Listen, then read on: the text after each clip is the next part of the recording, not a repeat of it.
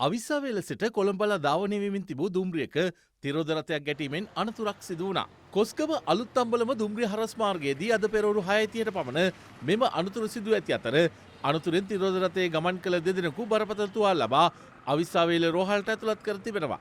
රියදුරු සහ එහි ගමන්ගත් කාන්තාවක් මෙලෙස තුවාල ලබා ඇති අතර ඔවුන්ගේ තත්ත්වය බරපතල නොවන බවයි අවිස්සාවේල රෝහලේ ප්‍රකාශකයෙකු සඳහන් කළේ. අනතුරු සිදුවන අවස්ථාවේ දුම්රිය ගේට්ටුව වසා නොතිබූ බවට තොරතුරු වාර්තා වී ඇති අතර ඒ සම්බන්ධයෙන් පරීක්ෂණයක් ආරම්භ කර ඇති බව දුම්රිය දෙපාර්තමේන්තුව පවසනවා. අදාළ තිරෝධ රථය පදව ඇත්තේ ගේට්ටුකරුගේ බාල සොයුරා බවටත් වාර්තා වනවා.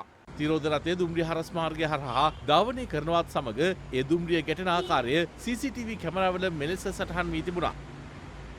මේ අතර වැලිමඩ සිට කොළඹලා ධාවනය වෙමින් තිබූ පෞද්ගලික බස් රථයක් ලොරි රථයක ගැටීමෙන් ඊ රාත්‍රියේ වැලිමඩ නුගතලා ප්‍රදේශයේදී අනතුරක් සිදුව තිබුණා. අනතුරෙන් දෙදෙනෙකුට තුවාල සිදුව ඇති අතර කොළඹ බලා ගමන් කරමින් සිටි මගීන් දැඩි දුෂ්කරතාවයකට පත් වූ බවයි අප වාර්තාකරු පැවසුවේ. එකපාරට අර මේ බූම එකක් දැම්මා මේ රිවර්ස් කරන්න හදලා කාරට පොඩ්ඩක් දානකොට වැදුනා ඉස්සරහ අර බූම එක ඉස්සරහ ගාල. ඉස්සරහ ගාල වැදුනා කියන්නේ ඉස්සරහ විස්කෝස් එකකට ඊපස්සේ නැග ඇදගෙන ගියා. කොළඹ යන්න තින්දද? කොළඹ නුවර ප්‍රධාන මාර්ගයේ කඩුගන්නාව ඩෝසන්කුළුණ ආසන්නයේදී වෑන් රථයක් පහළින් පිහිටි දුම්රිය මාර්ගයට පෙරළී ඊයේ රාත්‍රියේ අනතුරක් සිදු වුණා.